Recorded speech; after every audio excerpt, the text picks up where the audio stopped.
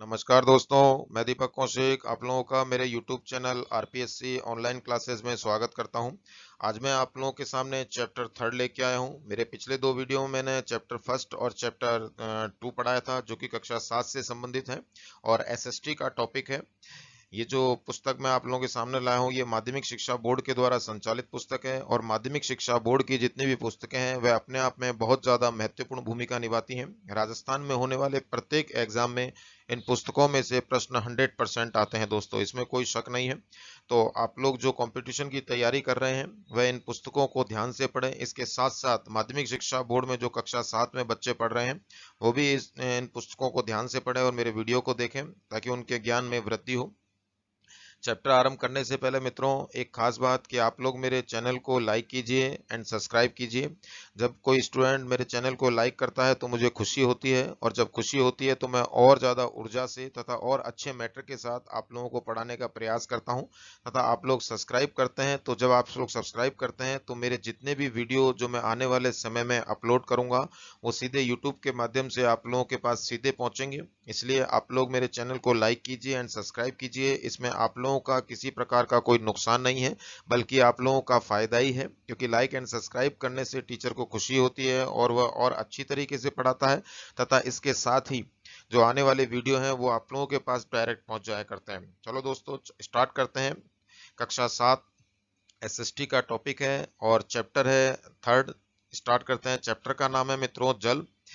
पहली पंक्ति दिखी हुई है, रहीमन पानी राखिए बिन पानी सब सून, अर्थात पानी को रखना, पानी के बिना सब सूना है। उक्त पंक्ति रहीम रहीम के द्वारा हमारे किस अमूल्य संसाधन संसाधन की महत्ता बताई गई है। तो सिंपल सी बात है, जल संसाधन की महत्वता बताई गई है। जल का हमारे दैनिक जीवन में क्या उपयोग है। जीवन का मुख्य आधार जल है। मानव, जंतु एवं वनस्पति जगत सभी जल पर निर्भर निर्भर करते हैं। पृथ्वी ग्रह पर जल की उपलब्धता के कारण ही जीवन संभव है, अर्थात यदि जल नहीं होगा मित्रों तो जीवन नहीं होगा। यहाँ पर यह लाइन कहना चाह रही है, अतः जल ही जीवन है। मानव सभ्यता के सभी पहलुओं को छूने वाला एकमात्र तथ्य जल ही है। समाज में कृषि विकास से लेकर औद्योगिक विकास तक जल महत्वपूर्ण भूमिका निभाता है। क्लियर है मित्रों। यदि अपन मानचित्र का अध्ययन करते हैं तो विश्व की प्रमुख सभ्यताएं, यहाँ पे ये सभ्यताएं दी हुई है मित्रों। माया सभ्यता, एग्जैक्ट सभ्यता, इनका सभ्यता, मेसोपोटामिया, हवांगो, सिंधु, नील, ये जितनी भी सभ्यताएं दी हुई हैं, सभ्यताओं का विकास जल स्रोतों के निकट ही हुआ है। जब इतनी प्राचीन समय की जितनी सभ्यताएं हैं इनका विकास जल स्रोतों के निकट ही हुआ, तो इससे अपन पता लगा सकते हैं कि जल अपने आप में एक महत्वपूर्ण भूमिका निभाता है। आप लोगों ने पढ़ा भी होगा, आप लोगों ने सुना भी होगा कि जितनी भी सभ्यताएं थी वह मोस्टली किसी न किसी नदी तालाब के किनारे ही पनपी। नदी और तालाब के किनारे पनपने का मित्रों मुख्य कारण क्या था कि जल संसाधन का उपलब्ध होना। जब जल संसाधन होगा तो आसानी से खाद्य सामग्री भी उपलब्ध हो जाएगी। खेती यदि करना चाहते हैं तो आसानी से खेती तैयार की जा सकती है। पीने के लिए पानी उपलब्ध हो जाता है, खाना पकाने के लिए पानी उपलब्ध हो जाता है। अर्थात हर प्रकार की समस्या का समाधान पानी के माध्यम से किया जा सकता था उस समय। इसलिए जितनी भी जो सभ्यताएं हैं, प्राचीन सभ्यताएं, आप लोगों ने देखा होगा और पढ़ा भी होगा कि नदी, नाला, तालाब इन्हीं के किनारे ही पनपी हैं और इन्हीं के किनारे ही व्यवस्थित हुई हैं। चलते हैं आगे। इन सभ्यताओं ने जल स्रोतों से न केवल पेयजल ही प्राप्त किया, वरन कृषि, व्यापार, परिवहन, सुरक्षा आदि सुविधाओं का लाभ भी प्राप्त किया। अर्थात काफी प्रकार की समस्याओं का समाधान उन्होंने जल के माध्यम से किया। विश्व के प्रमुख नगरों एवं कस्बों का विकास नदियों, झीलों एवं सागरों के तटों पर हुआ है। जल हमारे सामाजिक, राजनीतिक, धार्मिक, सांस्कृतिक एवं व्यापारिक महत्व का केंद्र रहा है मित्रों। बिल्कुल रहा है। जल हमारे सामाजिक, राजनीतिक, धार्मिक, सांस्कृतिक एवं व्यापारिक महत्व का केंद्र रहा है और भविष्य में भी रहेगा मित्रों। नेक्स्ट अपन चलते हैं। यहाँ पे एक सारणी दी हुई है माध्यमिक शिक्षा बोर्ड के द्वारा संचालित पुस्तक में। यहाँ सारणी में लिखा हुआ है कि विभिन्न जल स्रोतों के निकट बसे विश्व के प्रमुख नगर। आप लोग इस सारणी को ढंग से पढ़िए, इनमें से प्रश्न 100% उतरते हैं मित्रों। हम लोग इन पुस्तकों को हल्के में लेते हैं कि इन पुस्तकों में से क्या आएगा, लेकिन इन पुस्तकों में काफी टॉपिक इतने इंपॉर्टेंट हैं जो अच्छी अच्छी किताबों में नहीं मिलते हैं। और जो ये पुस्तकें सरकार के द्वारा संचालित की जा रही हैं, तो ये 100% सही पुस्तकें हैं और सबसे ज्यादा ऑथेंटिक पुस्तकें हैं, क्योंकि इनके अंदर जो लिखा हुआ है वही मान्य होता है। तो आप लोग इन पुस्तकों का अध्ययन बहुत गौर से कीजिएगा। पहला लिखा है नदी के किनारे स्थित नगर। यदि अपन लंदन को देखते हैं मित्रों, तो लंदन जो है वह इंग्लैंड के अंदर है, इंग्लैंड देश है और लंदन नगर है। लंदन कौन सी नदी के किनारे स्थित है? यहाँ पर थेम्स नदी लिखी हुई है मित्रों, अर्थात लंदन जो है वह थेम्स नदी के किनारे स्थित है। सीधा प्रश्न आता है और काला कर दिया जाता है। अगला नगर है मित्रों रोम। रोम कहाँ पर है? इटली के अंदर है। और रोम कौन सी नदी के किनारे स्थित है? टाइबर नदी के किनारे स्थित है। इसको कंटेस्ट कर लीजिएगा कि रोम कौन सी नदी के किनारे स्थित है? टाइबर नदी के किनारे स्थित है मित्रों। नेक्स्ट देखें अपन पेरिस। पेरिस कहाँ पर है? फ्रांस में है। और पेरिस कौन सी नदी के किनारे स्थित है? सीन नदी के किनारे स्थित है। क्लियर हो गई बात। नेक्स्ट नगर है वाशिंगटन डीसी। तो वाशिंगटन डीसी जो नगर है वह कहाँ पर है? यूएसए में है। और यह कौन सी नदी के किनारे स्थित है? पोटोमैक नदी के किनारे स्थित है। क्लियर हो गई बात दोस्तों।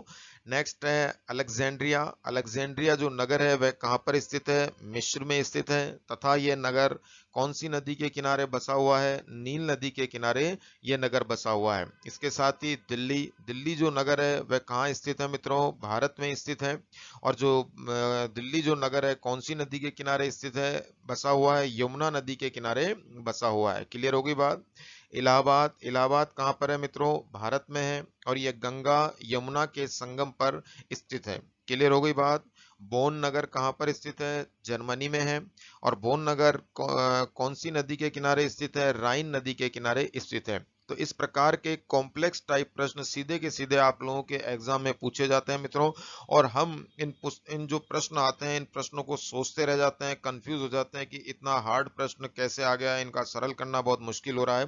तो ये जो प्रश्न आ रहे हैं 7वीं कक्षा के स्टैंडर्ड के प्रश्न आ रहे हैं, क्योंकि जो रीट का एग्जाम है उसमें जब आप लोग पास होकर टीचर बन के जाएंगे तो अंततः आप इन्हीं टॉपिकों को पढ़ाएंगे, 7वीं 8वीं 6ठी 7वीं 8वीं कक्षाओं को पढ़ाएंगे। तो गवर्नमेंट भी यही चाहती है कि उसी आधार पर प्रश्न पूछे जाएं, ताकि आप लोग बच्चों को सहूलियत के आधार पर पढ़ा सको। ठीक है दोस्तों, नेक्स्ट आगे चलते हैं। महासागर तट पर स्थित नगर। अब यहाँ पर महासागर है, पहले थे नदी, अब महासागर। नगर, देश और महासागर। पहला नगर है न्यूयॉर्क। न्यूयॉर्क जो नगर है वह कहाँ पर स्थित है मित्रों? यूएसए में स्थित है। और जो न्यूयॉर्क है वह कौन से महासागर के तट पर स्थित है? अटलांटिक महासागर के तट पर स्थित है मित्रों। क्लियर हो गई बात। नेक्स्ट अपन चले बीजिंग। बीजिंग जो नगर है वह कहाँ पर स्थित है? वह चीन में स्थित है मित्रों। और यह कौन से महासागर के तट पर स्थित है? प्रशांत महासागर के तट पर स्थित है। आप लोग बाकायदा इसको नक्शे पर देख सकते हैं। सिंगापुर। सिंगापुर जो नगर है वह कौन से देश में है? सिंगापुर देश में ही है। और कौन से तट पर स्थित है? यह प्रशांत महासागर के तट पर स्थित है।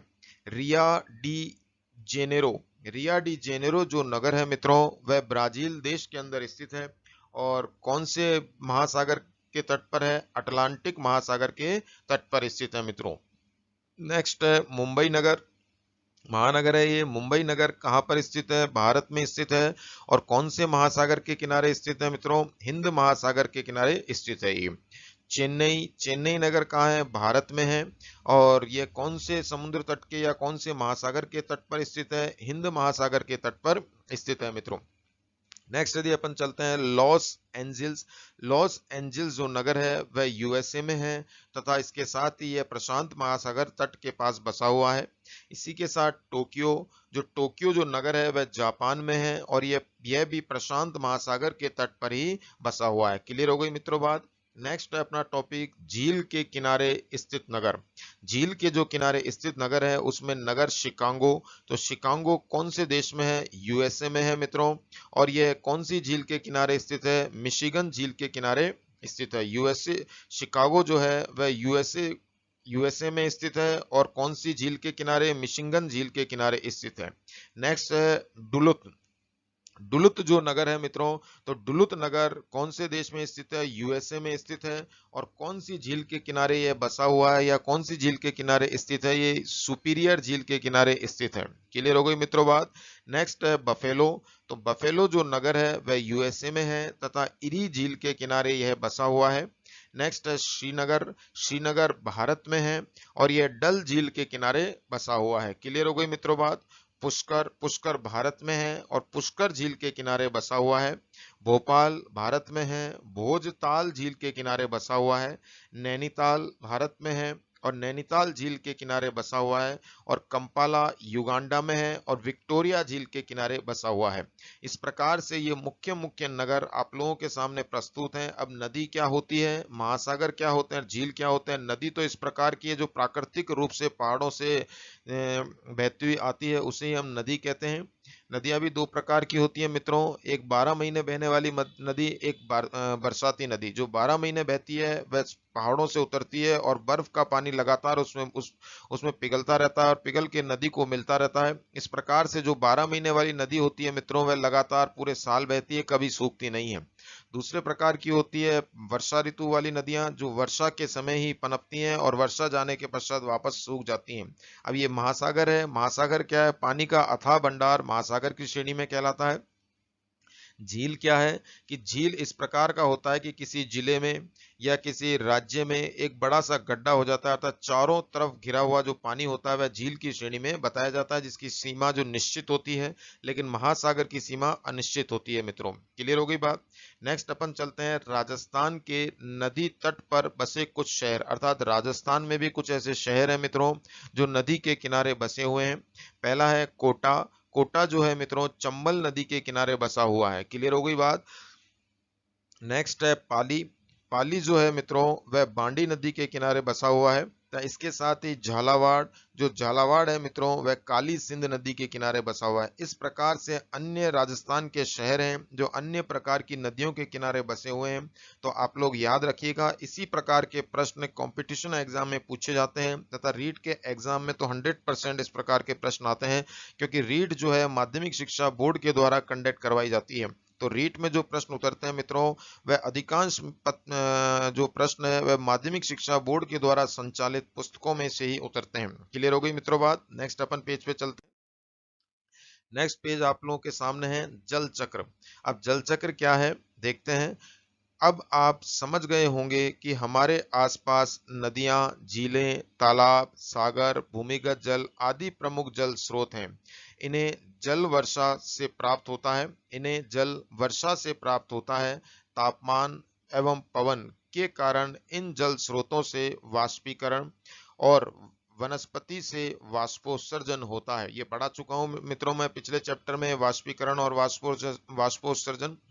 हवा को सागरों से जल वाष्प प्राप्त होती है, जिसे हम आर्द्रता या नमी कहते हैं। वाष्प के ऊपर उठने पर तापमान में कमी आती है, जिससे वाष्प पुनः छोटी छोटी जल बूंदों में परिवर्तित हो जाती है। यह भी मैं आप लोगों को समझा चुका हूं कि वायुमंडल में धूल के काफी छोटे छोटे कण हैं। इन्हीं धूल के कणों पर ये जल की बूंदें एकत्रित होती है मित्रों, और फिर संघनन की क्रिया होती है और संघनन की क्रिया के होने से बादलों का निर्माण होता है और एक स्थान पर एकत्रित हो जाते हैं। वजन ज्यादा होने के कारण ये वायुमंडल में तैर नहीं पाते हैं और अंततः ये जमीन पर गिर जाते हैं और इसी को हम क्या कहते हैं मित्रों? वर्षा कहते हैं। ये पिछले चैप्टर में मैं आप लोगों को डिटेल से समझा चुका हूं। इन्हीं जल बूंदों के संघनन से बादल बनते हैं। संघनन क्या है? जल वाष्प का पानी में परिवर्तित होना या पानी की बूंदों में परिवर्तित होना ही संघनन कहलाता है मित्रों, जिन्हें पवन एक स्थान से दूसरे स्थान पर ले जाती है। बादलों से वर्षा होती है और वर्षा का जल नदियों के माध्यम से पुनः सागरों में मिल जाता है। इस प्रकार जल स्रोतों का वाष्पीकरण होकर, तो आपको समझ में आई बात। इसको समझा देता हूं मित्रों आगे पढ़ने से पहले। तो ये अंततः कहाँ पे पहुंच जाता है? जल वापस सागरों में मिल जाता है और इसे हम क्या कहते हैं मित्रों? जल चक्र कहते हैं। अर्थात नदी, तालाब, सागर, समुद्र, महासागर, इनमें से पानी वाष्पोत्सर्जन करके उड़ता है और उड़ने के पश्चात यही पानी जो वाष्पीकरण होकर उड़ता है, वनस्पतियों से वाष्पोत्सर्जन होता है और नदी स्रोतों से वाष्पीकरण होता है। यही पानी उड़कर आसमान में जाता है, संघनन की क्रिया होती है और संघनन की क्रिया करने के पश्चात यही पानी पुनः वापस बरस जाता है और अंततः पुनः सागरों में ही मिल जाता है और इसे ही हम अंततः क्या कह सकते हैं, जल चक्र कह सकते हैं। इस प्रकार जल स्रोतों से वाष्पीकृत होकर जल विभिन्न रूपों में बदलता हुआ पुनः जल स्रोतों में ही आकर मिल जाता है। इसी पूरी प्रक्रिया को जल चक्र कहा जाता है। ऐसा ही मैंने आप लोगों को समझाया है कि जल जो होता है जमीन से उठता है और पुनः वापस जमीन पर ही आ जाता है। नदी, नालों, तालाब, समुद्र आदि से वाष्पीकरण होकर पानी ऊंचाइयों पर उठता है और ऊंचाइयों पर उठकर संघनन की क्रिया होती है। संघनन की क्रिया होने के पश्चात ये बादलों में परिवर्तित हो जाती है और पुनः वर्षण के रूप में ये नदियों में बहती हुई वापस सागर में मिल जाती है। ये पूरी की पूरी प्रक्रिया मित्रों क्या कहलाती है, जल चक्र के रूप में जानी जाती है।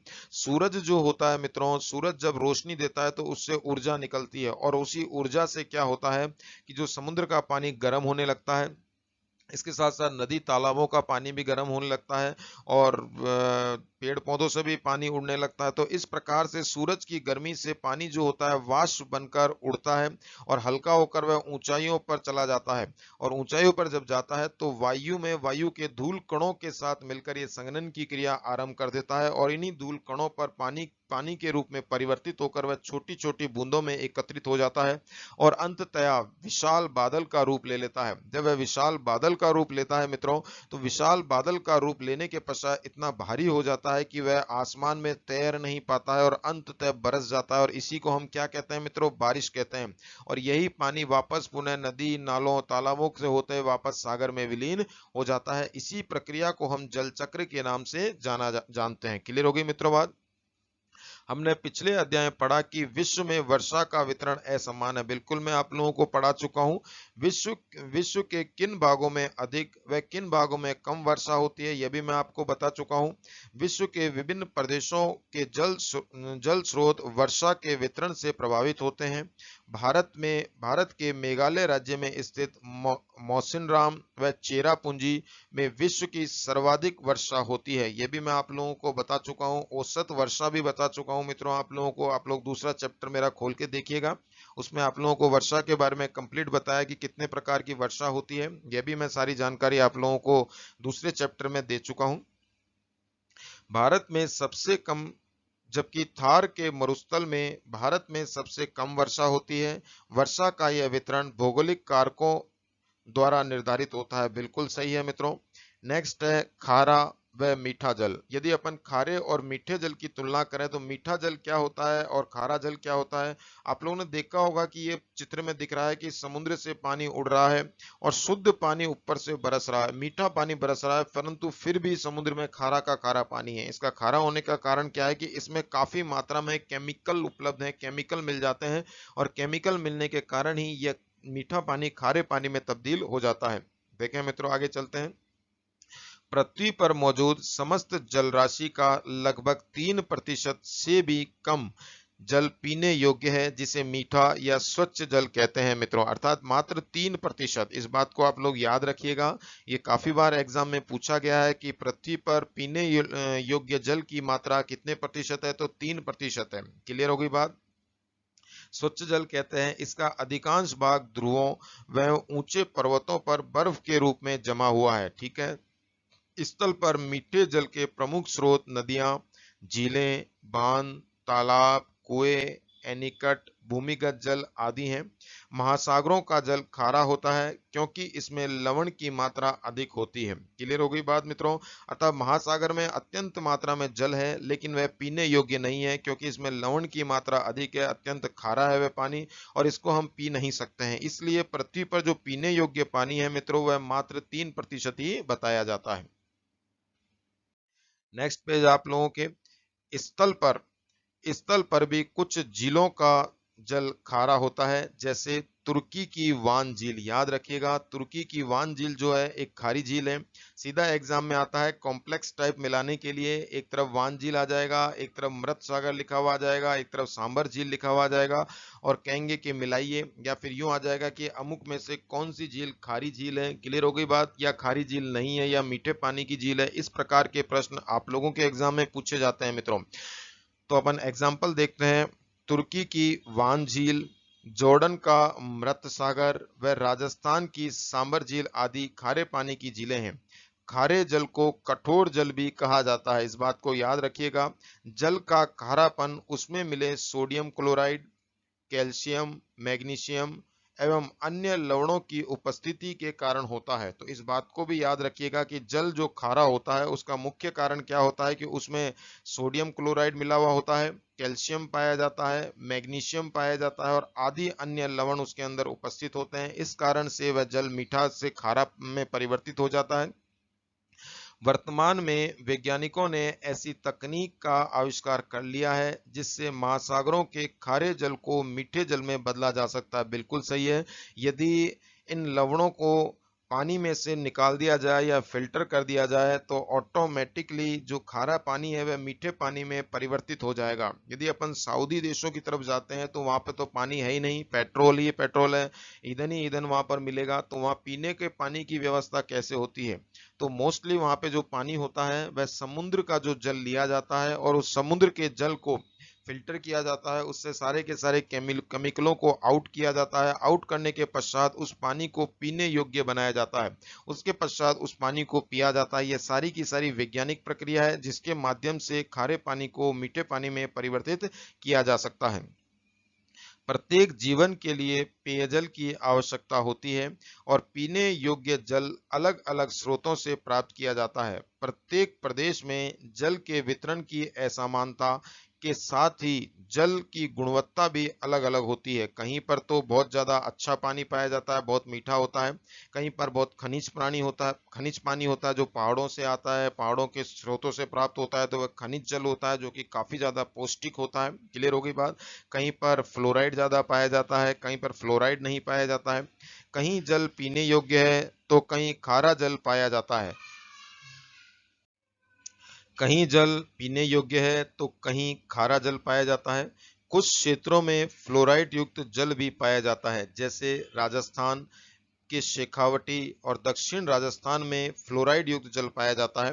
फ्लोराइड युक्त जल पीने से मित्रों कुबड़ निकल जाता है, इसलिए इस क्षेत्र को कुबड़ पट्टी के नाम से भी जाना जाता है कि कुबड़ निकल जाना जाता है। जैसे अपन फ्लोराइड से युक्त पानी ज्यादा पीते हैं तो फ्लोराइड जो होता है हमारी हड्डियों के लिए काफी नुकसानदायक होता है, जिसके कारण हमारी जो हड्डियां हैं वह टेढ़ी मेढ़ी हो जाती हैं और पीठ के पीछे कुबड़ सा निकल जाता है और कमर झुक जाती है। इसलिए राजस्थान के कुछ क्षेत्रों को कुबड़ पट्टी के नाम से भी जाना जाता है। क्लियर हो गई मित्रों बात? ये सारे प्रश्न जो उतर रहे हैं वे माध्यमिक शिक्षा बोर्ड की पुस्तकों में से आ रहे हैं, बस पूछने का तरीका अलग होता है लेकिन प्रश्न इन्हीं में से उतरता है।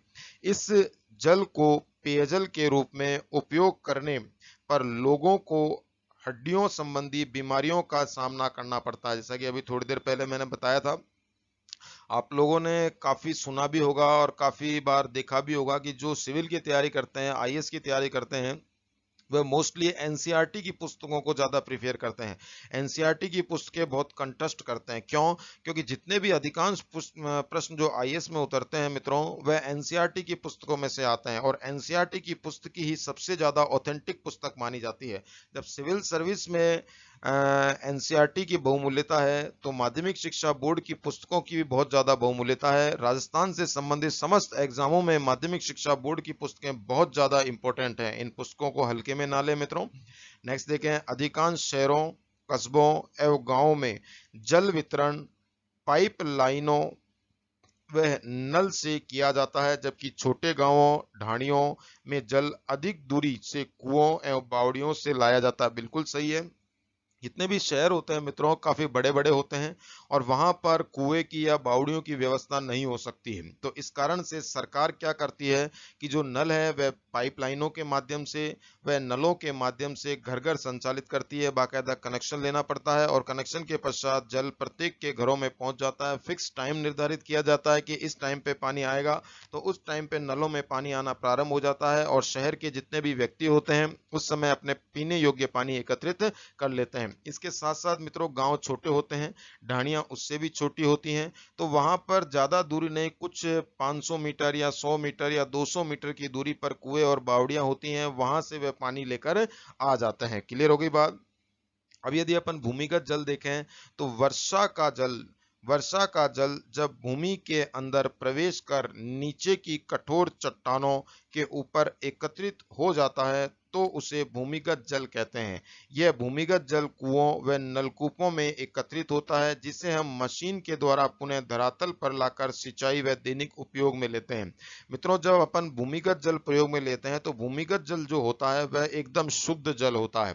जब पानी जमीन के ऊपर गिरता है तो वह पानी जमीन के अंदर रिस रिस के जाता है, और जब रिस रिस के जाता है तो मिट्टी के कण होते हैं, कंकर होते हैं, इनसे पानी फिल्टर होता चला जाता है और जमीन के अंदर प्रवेश कर जाता है। लेकिन कई बार पानी जब जमीन के अंदर जाता है तो उस समय जमीन में मौजूद जो केमिकल्स होते हैं वह पानी में मिल जाते हैं, जिससे कई बार पानी खारा भी हो जाता है। तो आप लोगों ने देखा होगा कि बहुत से कुएं होते हैं, उन कुओं में जो पानी पाया जाता है या नलकूपों में पानी पाया जाता है वह खारा पाया जाता है, और बहुतों में पानी बहुत मीठा होता है। यही कारण होता है नलकूपों और कुओं के अंदर पानी मीठा और खारा होने का कि बारिश का जल जब धरती के ऊपर गिरता है तो जमीन के अंदर जब वह पानी समाता है तो जिस जगह पर कोई केमिकल मौजूद है तो वह केमिकल जो होते हैं वह उस पानी में मिल जाते हैं, और इस प्रकार के केमिकल जैसे सोडियम क्लोराइड, कैल्शियम, मैग्नीशियम आदि जो लवण होते हैं वह मिल जाते हैं, और मिलने के कारण जमीन के अंदर जो पानी होता है वह खारा हो जाता है। और यदि उस जमीन में इस प्रकार के लवण नहीं है तो वहां का पानी मीठा रहता है। मित्रों, ठीक है, नेक्स्ट चलें। विश्व के विभिन्न हिस्सों में भूमिगत जल की गहराई भिन्न भिन्न है। बिल्कुल सही है। बहुत से स्थल ऐसे हैं जहां पर भूमिगत जो जल है वह काफी गहराइयों में पाया जाता है, और बहुत से स्थल ऐसे हैं मित्रों जहां पर भूमिगत जल थोड़ी सी खुदाई करने पर ही प्राप्त हो जाता है। इसका मुख्य कारण होता है कि पानी का स्रोत होना। यदि उस जमीन के आसपास कोई पानी का स्रोत है, यदि कोई तालाब बना हुआ है या कोई झील बनी हुई है या वहां से कोई नदी निकल रही है, तो जो पानी है वह जमीन के सरफेस तक आ गया है, और जो जमीन जो पानी को पीती है या सोखती है तो वह पानी बिल्कुल परिपूर्ण हो गया है और जल स्तर ऑटोमेटिक ऊंचा उठ गया है। और यदि वह स्थान जहां पर बिल्कुल दूर दूर तक सूखा है, रेत के टीले हैं, बारिश का कोई नामो निशान नहीं है, तो वहां पर यदि अपन कुआं खोदते हैं या बोरिंग करते हैं या ट्यूबवेल खोदते हैं तो वहां पर जो जल स्तर हमारे को देखने को मिलता है वह काफी गहराइयों में प्राप्त होता है। क्लियर हो गई बात मित्रों? देखें अपन, मरुस्थलीय क्षेत्रों में भूमिगत जल अधिक गहराई में पाया जाता है, जबकि मैदानी व समुद्री तटवर्ती क्षेत्रों में भूमिगत जल कम गहराई में पाया जाता है। क्लियर हो गई बात? भूमिगत जल स्तर में ऋतुओं के अनुसार भी परिवर्तन होता है। बिल्कुल सही है। ऋतुओं के अनुसार भूमिगत जो जल स्तर है उसमें काफी परिवर्तन होता है। जैसे वर्षा ऋतु आती है तो वर्षा ऋतु में पानी काफी आसमान से बरसता है बादलों के माध्यम से। जब बादलों के माध्यम से पानी बरसता है मित्रों तो आसानी से जल स्तर जमीन पानी पीती है, और जमीन जब पानी पीती है मित्रों तो जल स्तर क्या होता है, ऊंचा उठ जाता है। क्लियर हो गई बात? और जब वर्षा ऋतु चली जाती है, ग्रीष्म ऋतु का काल आता है, तो उस समय सूरज तीव्र गर्मी देता है, तो वापस जमीन का पानी सोखना चालू हो जाता है और जल स्तर धीरे धीरे धीरे धीरे डाउन होता चला जाता है। देखें, वर्षा ऋतु में भूमिगत जल कम गहराई पर तथा ग्रीष्म ऋतु में अधिक गहराई पर पाया जाता है। जैसा कि मैंने अभी थोड़ी देर पहले आप लोगों को समझाया मित्रों, वर्तमान में विश्व में भूमिगत जल में लगातार कमी आ रही है। बिल्कुल सही है। इसका मुख्य कारण क्या है कि जो भूमिगत जल का जो स्तर है, जल का स्तर धीरे धीरे नीचा चला जा रहा है। उसका नीचा जाने का एक ही मुख्य कारण है कि मनुष्य के द्वारा लगातार भूमिगत जल का दोहन किया जाना। जमीन को खोदकर ट्यूबवेल खोदे गए हैं, पाताड़ तोड़ कुएं खोद दिए गए हैं, ट्यूबवेल खोद दिए गए हैं, जिससे अनावश्यक रूप से जमीन का पानी खींचा जा रहा है, और खींचने के कारण ही क्या हो रहा है, हमारी जमीन का जल स्तर कम होता जा रहा है। जनसंख्या वृद्धि हो रही है लगातार, तो जनसंख्या वृद्धि हो रही है तो उसके लिए पानी की अत्यंत आवश्यकता हो रही है, और इस कारण जमीन का जो पानी है वह लगातार खींचा जा रहा है, और इस कारण से जो जल स्तर है वह डाउन हो रहा है। यदि अपन खेती को लेते हैं तो खेती ठीक है, एक खेती के लिए जमीन में से पानी खींचा जाता है, लेकिन जो जमीन में से खेती के लिए पानी खींचा जाता है मित्रों तो वह अंततः जमीन पर ही गिर जाता है। तो उसमें कुछ परसेंट तो आसमान में उड़ जाता है, और जो कुछ परसेंट होता है वह जमीन में वापस चला जाता है। तो खेती इतना महत्वपूर्ण भूमिका नहीं निभाती है जल स्तर को नीचे करने में। हाँ, थोड़ा बहुत निभाती है, लेकिन बाकी जो है उद्योग है, बढ़ती जनसंख्या है, ये सारे के सारे जल दोहन में काफी महत्वपूर्ण भूमिका निभाते हैं। चलो आगे चलते हैं। जिसका मुख्य कारण क्या है, ये लाइन है, वर्तमान में विश्व में भूमिगत जल में लगातार कमी आ रही है, जिसका कारण अधिक सिंचाई, सिंचाई है बिल्कुल, लेकिन सिंचाई इतना महत्वपूर्ण भूमिका नहीं निभाती क्योंकि कच्ची जमीन पर सिंचाई की जाती है तो वापस जमीन के अंदर चले जाता है पानी। उद्योगों में जल की बढ़ती मांग, बिल्कुल राइट है। जनसंख्या वृद्धि के कारण जल का अत्यधिक दोहन होना, इस कारण भूमिगत जल स्तर तेजी से घटता जा रहा है। भूमिगत जल में कमी होने से हमारे जीवन पर क्या प्रभाव पड़ेगा, जरा सोचिए। बिल्कुल प्रभाव पड़ेगा। यदि अपन सोचें और विचार लगाएं कि यदि भूमिगत जल कम होता चला जाएगा तो एक अपन टैंक रूपी आकृति मान सकते हैं। इसे यहाँ पे अपन यूं कह दें, एक चित्र बनाता हूं मैं आप लोगों के सामने। एक टैंक रूपी, ये अपन टैंक बना देते हैं। यहाँ पर जमीन के अंदर पानी है। क्लियर हो गई मित्रों बात। ये हमारे जमीन का ऊपर का सरफेस है जहां पे हम लोग रह रहे हैं। जब ये पानी यहाँ भरा हुआ है तो यहाँ पर दाब है, जल स्रोतों के माध्यम से रिस रिस के पानी यहाँ इकट्ठा हुआ है। जब लगातार हम इस पानी को ट्यूबवेल के माध्यम से खींचेंगे, जब लगातार हम ट्यूबवेल के माध्यम से इस पानी को खींचेंगे मित्रों, ये अपने ट्यूबवेल के माध्यम से लगातार इस पानी को यहाँ से खींच लिया, ये पानी को अपन लगातार ऊपर की तरफ खींच लेते हैं तो अंततः जो ये सरफेस है मित्रों, ये खाली हो जाएगा। जब ये सरफेस खाली हो जाएगा तो पीने की समस्या उत्पन्न हो जाएगी। भविष्य के लिए जल उपलब्ध नहीं होगा। भविष्य की जो आने वाली पीढ़ियां हैं उनको पानी की समस्याओं का सामना करना पड़ेगा। और यह भी भविष्यवाणी की गई है कि जो आने वाला विश्व युद्ध होगा वह जल पे होगा। बिल्कुल, आने वाला जो विश्व युद्ध है वह पानी पर ही लड़ा जाएगा क्योंकि पानी की अत्यधिक कमी हो जाएगी। पानी के जो स्रोत हैं वह धीरे धीरे सूखते जा रहे हैं, तो जमीन का पानी भी समाप्त होने लगेगा और एक प्राकृतिक व्यापदा भी उत्पन्न होगी। जब यहाँ से पानी का स्रोत खत्म हो जाएगा मित्रों, तो यह जगह क्या हो जाएगी, खाली हो जाएगी, अर्थात पोली हो जाएगी। और इससे क्या होगा, भूकंप आने के चांस ज्यादा बढ़ेंगे और अंततः जमीन इस जगह धंसेगी। खाली जगह को भरने के लिए जमीन यहाँ पे धंसेगी और यह धंसने के कारण यहाँ बड़े बड़े गड्ढे हो जाएंगे जिससे कि जान माल की खूब हानि होगी। आदि प्रकार का प्रभाव मानव जीवन पर पड़ेगा। जब पानी का जो जल स्रोत है वह समाप्त होंगे तो पानी भी खत्म होगा, इसके साथ साथ भूकंप भी आने के चांस नहीं बढ़ते चले जाएंगे। क्लियर हो गई बात मित्रों। नेक्स्ट अपन चलते हैं प्रदूषण।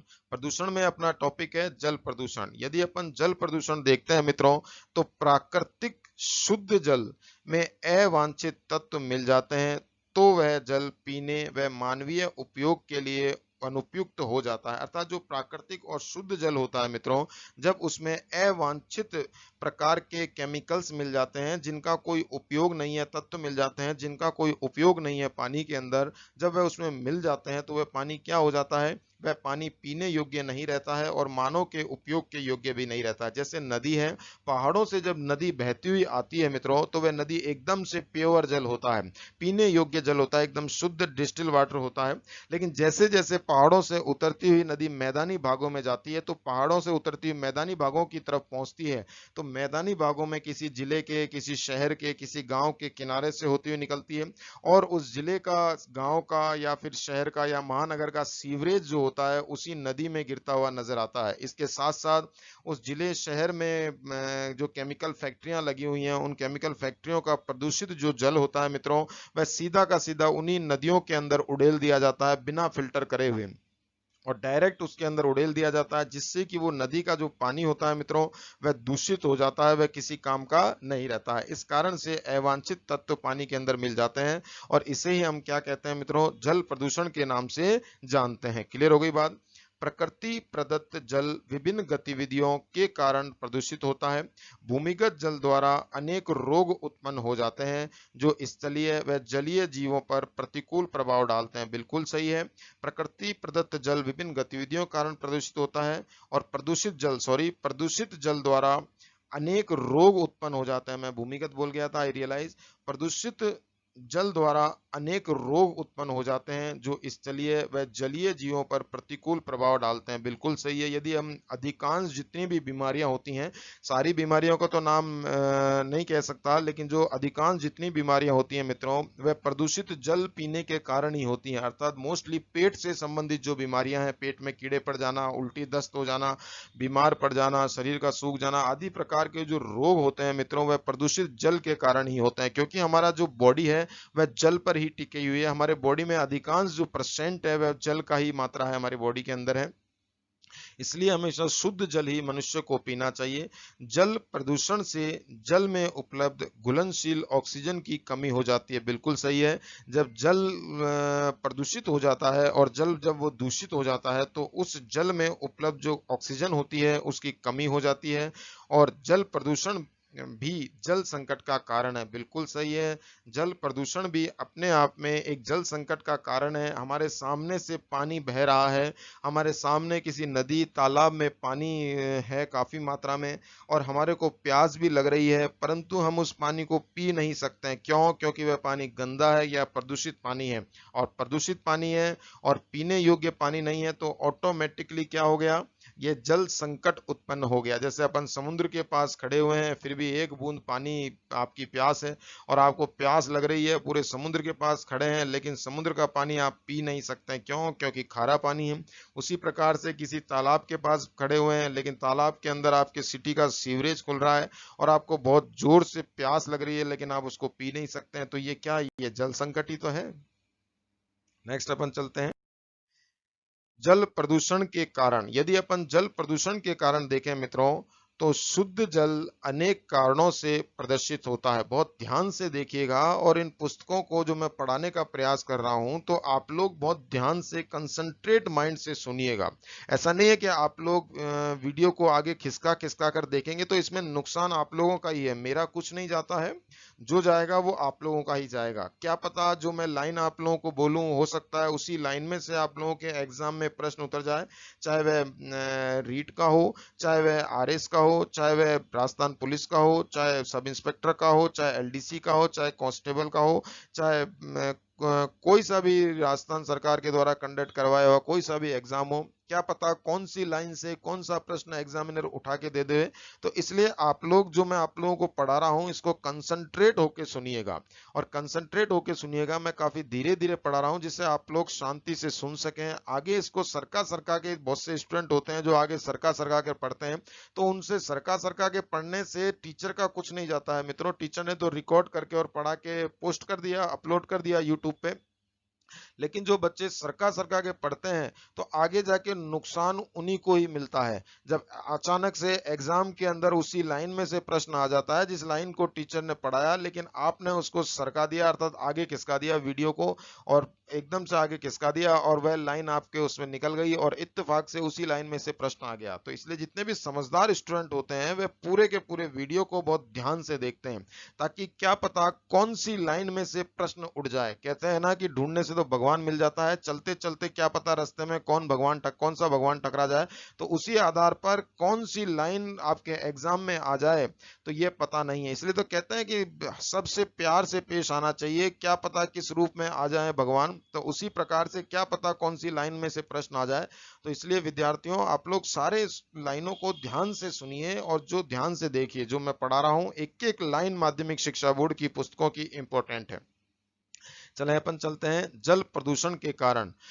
शुद्ध जल अनेक कारणों से प्रदूषित होता है। उनमें प्रमुख कारण है कल कारखानों व उद्योगों से निकले ठोस अपशिष्ट पदार्थ और रासायनिक तत्वों को जल में डालना, घरेलू अपशिष्ट पदार्थों को जल में डालना, कृषि में रासायनिक उर्वरक व कीटनाशक दवाइयों का प्रयोग करना। बिल्कुल सही है। कृषि में जो लगातार दवाइयों का और कीटनाशकों का प्रयोग किया जा रहा है तो वह अंत तक कहाँ गिर रहा है? वह जमीन पर ही गिर रहा है मित्रों। और जब वर्षा होती है तो उसी जमीन के अंदर जिसपे हमने कीटनाशक डाले हैं या काफी पेस्टिसाइड्स डाले हैं तो वह जमीन के ऊपर जब वर्षा होती है तो वही केमिकल्स उन पानी के साथ घुलकर जमीन की गहराइयों में चले जाते हैं जिससे कि जमीन के भीतर का जो पानी है वह भी प्रदूषित हो जाता है। क्लियर होगी बात? जलाशयों पर कपड़े धोना व पशुओं को नहलाना, खुले में शौच करना, महासागरों के जहाजों में तेल का रिसाव आदि जल प्रदूषण के कारण है। जब महासागरों का जो तेल है वह समुद्र के सरफेस पर रिसाव हो जाता है तो तेल जो होता है पानी से हल्का होता है और इस कारण से वह पानी पर तैरता है। कहा जाता है पानी में वही चीज डूबती है जो पानी से भारी होती है। आर्किमिडीज का सिद्धांत काम करता है इसके अंदर कि जितना वजन पानी की सरफेस पे हम डालते हैं उतना ही वजन पानी भी हमारे ऊपर ही प्रस्तुत करता है, हमारे ऊपर फेंकता है। जब दोनों का संतुलन संतुलन बैठ जाता है तो वह जो चीज है वह समुद्र के ऊपर तैरती रहती है। और यदि जो वजन पानी के ऊपर डाला गया है वह पानी के द्वारा विपरीत दिशा में फेंके हुए दाब से यदि ज्यादा है तो वह वस्तु पानी के अंदर डूब जाती है। तो जो तेल होता है वह हल्का होता है मित्रों, और हल्का होने के कारण वह पानी के ऊपर तैरता रहता है। जब पानी के ऊपर तैरता है तो पानी के ऊपर एक परत का निर्माण कर देता है मित्रों। जब परत का निर्माण कर देता है तो उस पानी में ऑक्सीजन की कमी हो जाती है, जिससे समुद्र तल या महासागर तलों के नीचे रहने वाली मछलियों की क्या हो जाती है, मृत्यु हो जाती है ऑक्सीजन की कमी होने के कारण। क्योंकि जीवन वायु सबको चाहिए, ऑक्सीजन सबको चाहिए, चाहे आसमान में उड़ने वाले पशु पक्षी हो, चाहे स्थल पर रहने वाले जीव जंतु हो, चाहे समुद्र के अंदर रहने वाले मछली और आदि जीव जंतु हो। क्लियर होगी बात। महासागरों के तेल का रिसाव आदि है। प्रदूषित जल हमारे लिए अनुपयोगी होता है। प्रदूषित जल को पीने के कारण अनेक बीमारियां उत्पन्न हो जाती हैं। जल के साथ घुले प्रदूषित तत्व फसलों व जलीय जीवों को भी हानि पहुंचाते हैं। वर्तमान स्थिति में विश्व में निकट भविष्य में भारी जल संकट की तरह इशारा कर रही है। बिल्कुल सही है, वर्तमान जो स्थिति है वह आने वाले समय में भारी जल संकट की तरफ इशारा कर रही है, और साफ साफ नजर आ रहा है कि आने वाला जो युद्ध होगा वह जल के ऊपर ही किया जाएगा। आज विश्व में हर 6 में से एक व्यक्ति स्वच्छ जल के लिए जूझ रहा है, अर्थात 6 में से एक व्यक्ति स्वच्छ जल को प्राप्त करने का प्रयास कर रहा है। सन 2050 तक जब विश्व की आबादी 9 अरब को पार कर जाएगी तब लगभग आधे से अधिक लोग भीषण जल संकट से जूझ रहे होंगे। अब आप सोचो कि जल का कितना संकट हो रहा है। एक अनुमान के अनुसार सन 2020 तक दुनिया की आधी आबादी शहरी क्षेत्र में रह रही होगी। बिल्कुल सही है ये लाइन कि 2020 जो अभी चल रहा है वर्तमान में और 21 आने वाला है, जैसा कि लॉकडाउन हो रखा है, कोरोना का काफी विकराल महामारी फैली हुई है, और आप लोग घर पे रहें, सुरक्षित रहें। हम लोग आप लोगों की सेवा में लगातार आप लोगों को पढ़ाई करा रहे हैं यूट्यूब के माध्यम से। जब आप लोगों के लॉकडाउन खुल जाएगा, कोरोना की जो महामारी थोड़ी कम हो जाएगी, तब ऑफलाइन क्लासें भी ली जाएंगी। देखें, एक अनुमान के अनुसार सन 2020 तक दुनिया की आधी आबादी शहरी क्षेत्रों में रह रही होगी।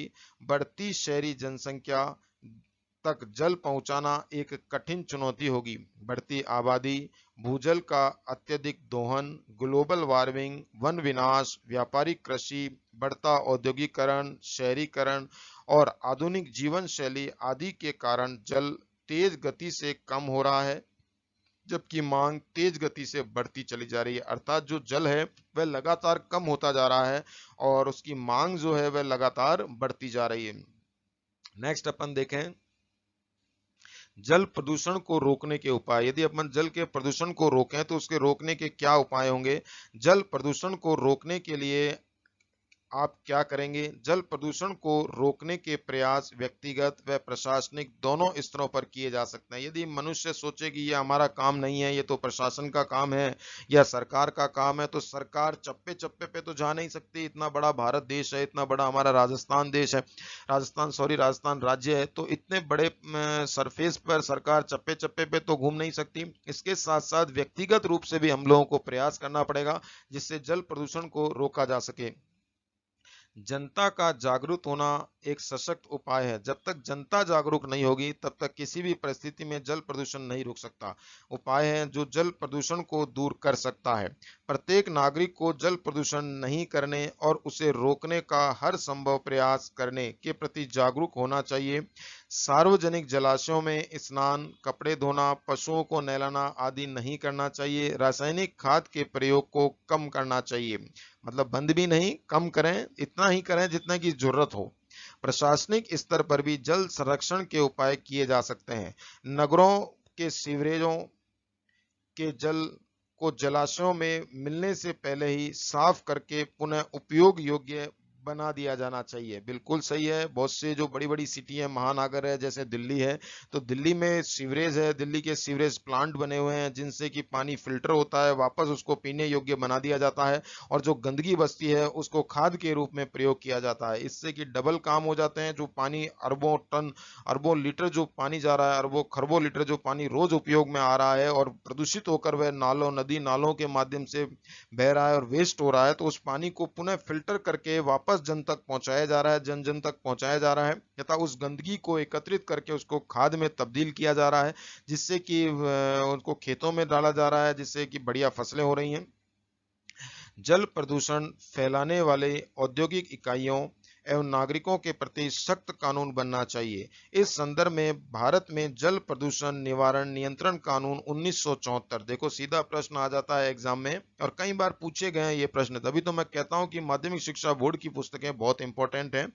इस संदर्भ में भारत में सीधा लाइन आएगा कि जल प्रदूषण निवारण एवं नियंत्रण कानून कब कब बना, तो सीधा आएगा A option 1974, B option 1975, C option 1976 और डी ऑप्शन 1977। और आप लोग कंफ्यूज हो जाएंगे कि जल प्रदूषण निवारण एवं नियंत्रण कानून कब बना, और बाद में पता चलेगा कि एक 7वीं क्लास का बच्चा ही इस सवाल को सॉल्व कर रहा है और हम एमए बीएड होके भी इस सवाल को सॉल्व नहीं कर पा रहे हैं।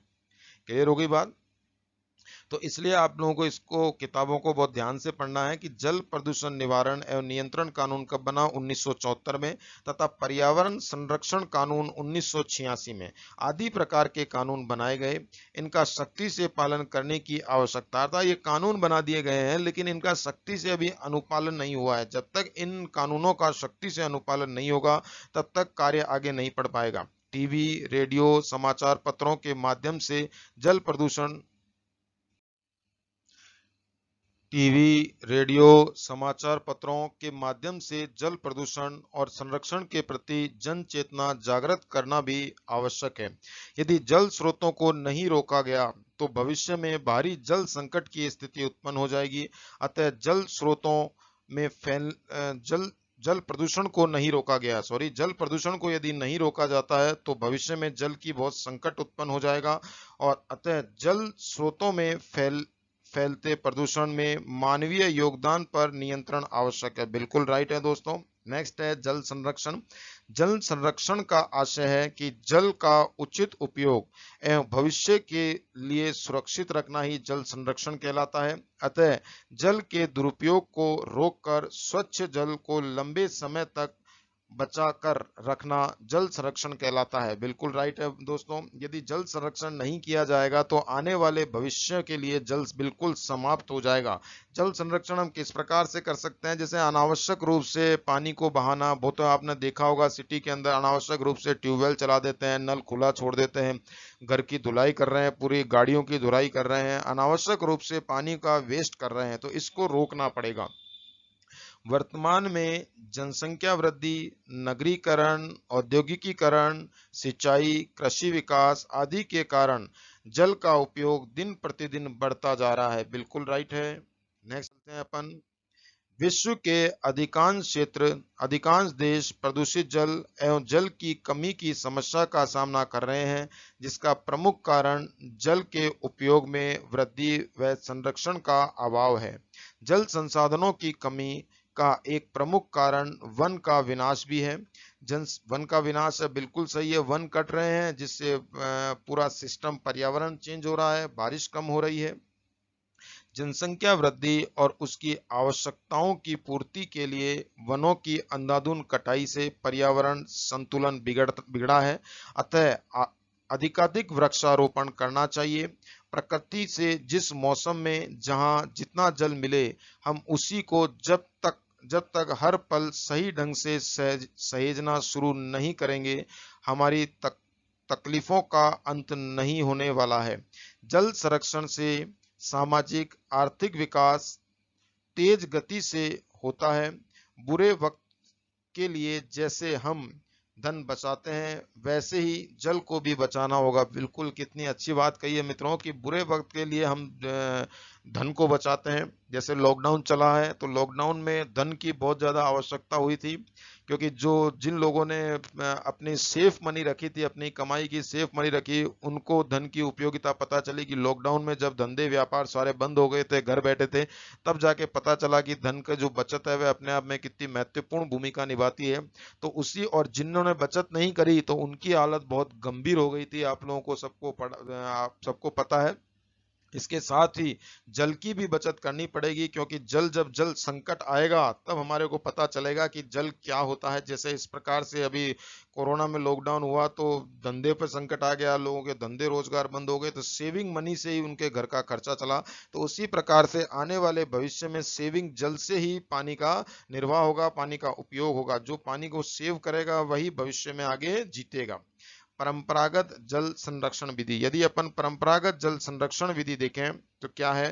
प्राचीन काल से ही जल की कमी की समस्याओं से बचने के लिए राज्य और सार्वजनिक सहयोग से झीलें, तालाब, कुएं, बावड़ियां आदि का निर्माण किया गया। आप लोगों ने देखा भी होगा प्राचीन समय में ही कुएं, तालाब, बावड़ियां सारा का सारा क्या है, ये जल की समस्याओं के निवारण करने के लिए। राजस्थान में राजा महाराजाओं का प्राचीन काल में जल संरक्षण में महत्वपूर्ण योगदान रहा। समय समय पर विभिन्न झीलों का निर्माण करवाना, उनकी मरम्मत करवाना, नदी के मार्ग को मोड़कर तथा झीलों को आपस में जोड़कर जल संरक्षण करना इसका अच्छा उदाहरण प्रस्तुत करता है मित्रों। अब यदि अपन देखें कि परंपरागत जल स्रोतों की उपयोगिता क्या है, तो परंपरागत जल स्रोत पारिस्थितिकी और संस्कृति की अनुरूपता के आधार पर बने हैं। जनसंख्या में वृद्धि एवं जल में हो रही निरंतर कमी के संदर्भ में परंपरागत जल संरक्षण की विधियां अधिक प्रबल एवं कारगर हैं। राजस्थान में कई स्थानों पर प्राचीन बावड़ियों का निर्माण समय की आवश्यकताओं के अनुरूप किया गया। वर्तमान में इन जल स्रोतों की उपेक्षा की गई है। इस कारण वर्तमान में जल संकट की समस्याएं उत्पन्न हुई हैं। अनेक पुरानी बावड़ियों, तालाब, नाड़ी आदि पर अतिक्रमण कर उन्हें पाट दिया गया है, जबकि वे आज जल संकट के निराकरण का एक आधार बन सकते थे। अतः परंपरागत जल प्रबंधन प्रणालियां हमारी विरासत का एक अभिन्न अंग है। जो परंपरागत रूप से जल को संरक्षण करने का तरीका बनाया गया था कि कुएं, बावड़ियों का निर्माण करवाया गया, इससे जमीन के अंदर जो ऊपर से बरसात गिरती थी तो आसानी से इन कुओं के अंदर, बावड़ियों के अंदर पानी चला जाता था और इससे जमीन के अंदर पानी और समा जाता था। तो ये परंपरागत जल के स्रोत थे। क्लियर हो गई मित्रों बात। आधुनिक जल संरक्षण विधि प्रतिवर्ष 22 मार्च को जल दिवस के रूप में मनाया जाता है। कितना बढ़िया प्रश्न है ये। एग्जाम में आते ही आते हैं इस प्रकार के प्रश्न कि जल दिवस मनाया जाता है, तो 22 मार्च को जल दिवस मनाया जाता है और हम घूमते रह जाते हैं कि ये प्रश्न कहाँ से आया, और बाद में पता चलता है तो माध्यमिक शिक्षा बोर्ड की कक्षा 7 में से पूछा गया प्रश्न है। तो आप लोग मित्रों इन किताबों को बहुत ध्यान से पढ़िएगा कि मैं आप लोगों को पढ़ाने का प्रयास कर रहा हूँ, इतनी मेहनत कर रहा हूँ, तो आप लोग भी मेरे संग बराबर मेहनत करें और इनको सुनने का प्रयास करें। पढ़ नहीं सकते तो कम से कम सुन तो सकते हैं, तो सुनने से ही काफी हद तक याद हो जाता है। तो आप लोग सुने और ध्यान लगा के सुने इनको, और साथ ही कमेंट बॉक्स में कमेंट करें। इसके साथ साथ मेरे चैनल को सब्सक्राइब भी करें और लाइक भी करें। दिवस मनाया जाता है। आधुनिक समाज में बढ़ते जल संकट को देखते हुए जल संरक्षण के लिए अनेक विधियां अपनाई जा रही हैं, जैसे बांध एवं नहर निर्माण, एनीकट निर्माण, रूफ टॉप जल संग्रह, बूंद बूंद व फंवारा सिंचाई प्रणाली। ये रूफ टॉप जल संग्रह तो समझ गए होंगे। रूफ मतलब होती है छत, छत से पानी का संग्रह करके एक जमीन के अंदर एक क्या बोल सकते हैं उसको, हौद सा बना दिया जाता है और उसके अंदर पानी को एकत्रित किया जाता है। पश्चिमी राजस्थान में बहुत होता है इस प्रकार की प्रक्रिया। बूंद बूंद व फंवारा सिंचाई प्रणाली, दूषित जल को साफ करके पुनः उपयोग में लेना, जन जागरूकता। नेक्स्ट पेज पे चलते हैं अपन। जन जागरूकता फैलाना आदि। रूफ टॉप जल संग्रहण विधि है, यह आपको थोड़ी देर पहले बोला था मैंने। रूफ टॉप जल संग्रहण विधि है जो कम वर्षा वाले क्षेत्रों के लिए अधिक उपयोगी है।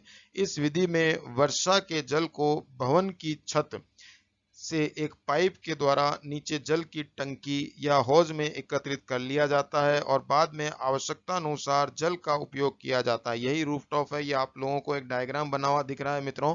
इसमें क्या हो रहा है, जैसलमेर के लुणार गांव के राजकीय विद्यालय में रूफटॉप जल संग्रह। ये जैसलमेर का एक लुणार गांव है मित्रों, जहां का एक विद्यालय है जिसका नाम है राजकीय विद्यालय लुणार।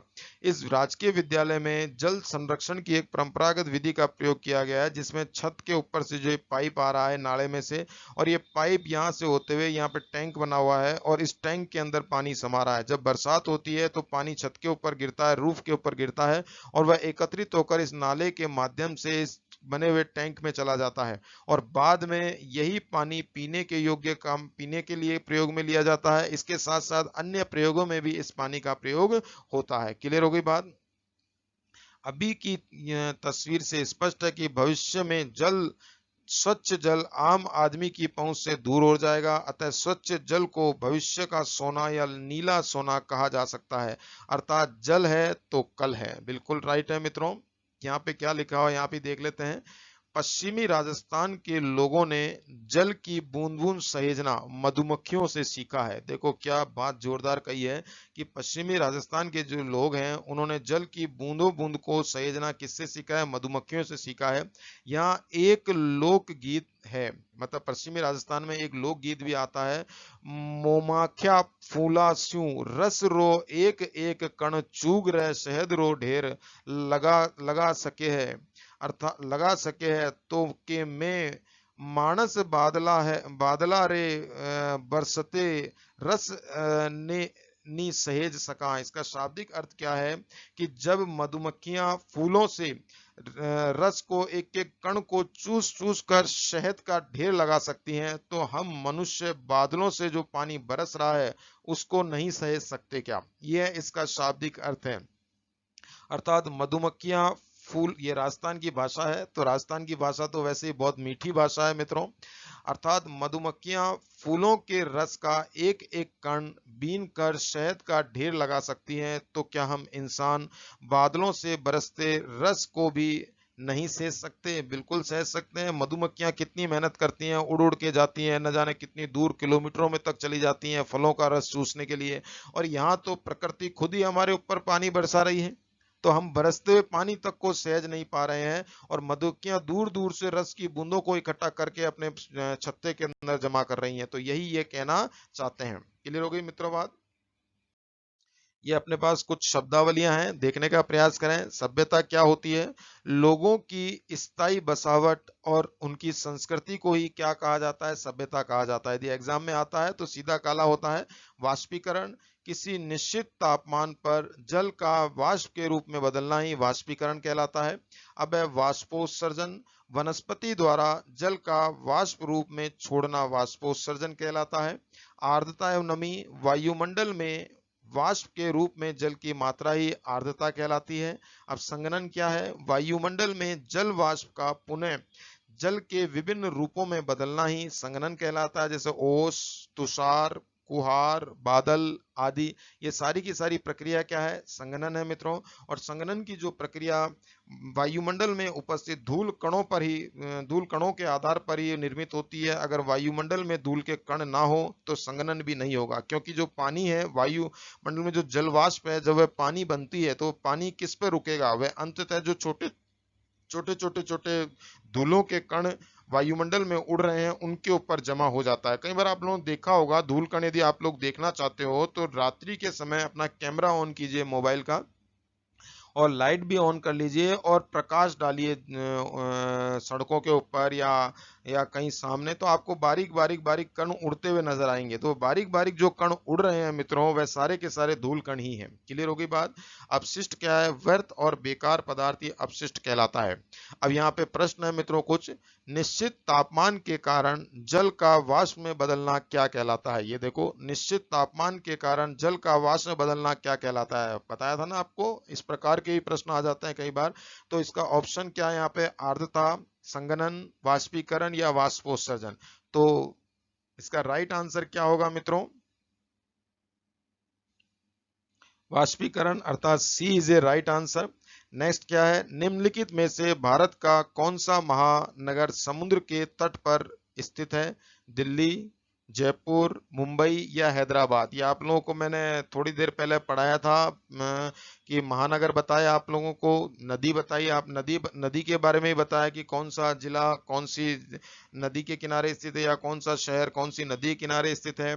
महासागरों के बारे में बताया कि कौन सा शहर कौन से महासागर के किनारे स्थित है। इसके साथ साथ मैंने तालाब के बारे में बताया कि कौन से तालाब की या झील के किनारे स्थित है। क्लियर हो गई बात? तो इसका कौन सा आंसर राइट है मित्रों? सी ऑप्शन राइट है। मुंबई जो है वह महानगर के किनारे स्थित है। यहाँ तक मैंने मुंबई के बारे में बताया कि कौन से महासागर के किनारे स्थित है। आप लोग मेरे वीडियो को वापस री करके देख सकते हैं। इसके साथ ही मैं आप लोगों से विदा लेता हूं दोस्तों, और आप लोगों से जाते जाते एक और बात कि मेरे इस चैनल को लाइक एंड सब्सक्राइब जरूर कीजिए। जब आप लोग लाइक करते हैं तो मुझे बहुत खुशी मिलती है, तो मैं और अच्छा मैटर आप लोगों के सामने प्रस्तुत करने का प्रयास करता हूं। तथा इसके साथ साथ सब्सक्राइब करेंगे तो मेरे जितने भी वीडियो हैं आप लोगों के सामने अपलोड होंगे। मैं जैसे ही अपलोड करूंगा तो आप लोगों के सामने प्रस्तुत हो जाएंगे, जिससे आप लोग और ज्ञान की वृद्धि आप लोगों के और ज्ञान की वृद्धि होगी। अर्थात लाइक एंड सब्सक्राइब करने में मित्रों आप लोगों का ही ज्यादा फायदा है। और जब फायदे की बात है तो फायदे के लिए आप एक थंब का निशान जरूर लगाएं, ऊपर वाले चिन्ह पर जरूर लाइक करें। इसके साथ साथ आप सब्सक्राइब भी करें और मेरे इस चैनल को शेयर भी करें,